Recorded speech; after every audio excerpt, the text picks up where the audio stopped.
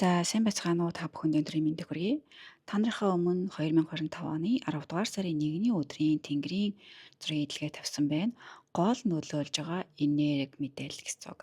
Одоо энэ хамгийн гол анхаарах ёстой энерги одоо байгаа хгүй юу? Тэрнийхээ ингээд зураглалыг ингээд та нарынхаа өмнө илгээ тавьсан байна гэсэн үг.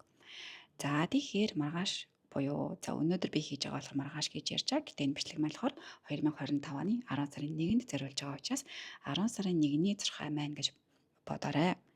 За 10 сарын 1 лав гараг шиний 9 байгаа. Бууд гараг маань ирхшээж байгаа өдөр учраас одоо ээлтэй өнгө ногоон байгаа. За тэгээд цөмөр энэ өдөр гараа анхаарыг, гараа гимтээхгүй бай, гарны энерги сарниж, муудаж, багасж орж ирж байгаа учраас гараа зогчих үе, гимтээчих үе, хавччих үе те. Эсвэл бүр ингээ гараараа бохирсол барьчих үе, энергийн дамжчих үе гэд энэ бүгдээс бас ингээ сэргүүлээд зүгээр байгаа.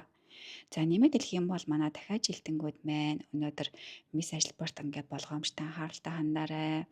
Гэрлэх гэж байгаа бол бас заслаа хийлгээд гэрлүүлээрэ дээрэн болов гэж бодож байна.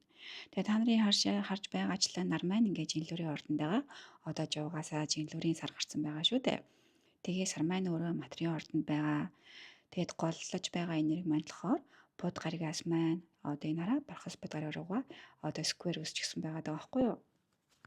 За тэгээд өнөөдөр энийг ингээд яаж ойлгох вэ? Зэмэр юу анхаарах вэ гэхээр Нирваныг ингээд хүлээлт байгаа бол хүлээлтээ багасгуул зүгээрээ гэсэн үг. Яг хүлээгээ тэгчих болов ингэчих болов гэсэн зүйл чинь тийхгүй байж магадгүй шүү гэсэн утгатай байхгүй юу? За тэгээд харилцаа холбоо явуулж байхдаа тий Нирваныгийн зүйлийг тайлбарлаж байхдаа маш сайн тайлбарлахгүй бол бас болохгүй шүү. Нөгөө хүн чинь ингээ буруугаар ойлгоод хүлээгээд авчих үе. Тас хөндлөн зүйл бодцсон явж явах үе гэсэн анхааруулгыг энд өгж байгаа гэсэн үг.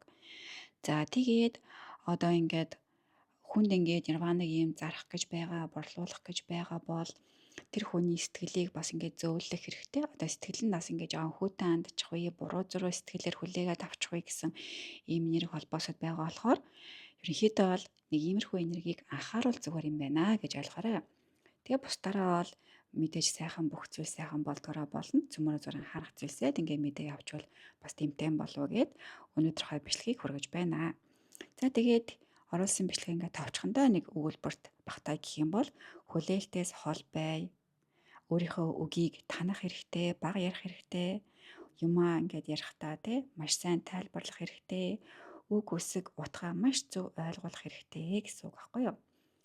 За ингээд маргаашийнхаа эсвэл 10 сарын 1-ийнхаа энэ өдөрт амжилт хүсье. Бүгдээрээ өдрөө сайхан өнгөрүүлээрэ. Гэрэл гээтэй сайхан байх болтугай. Баярлалаа. Баяр таа.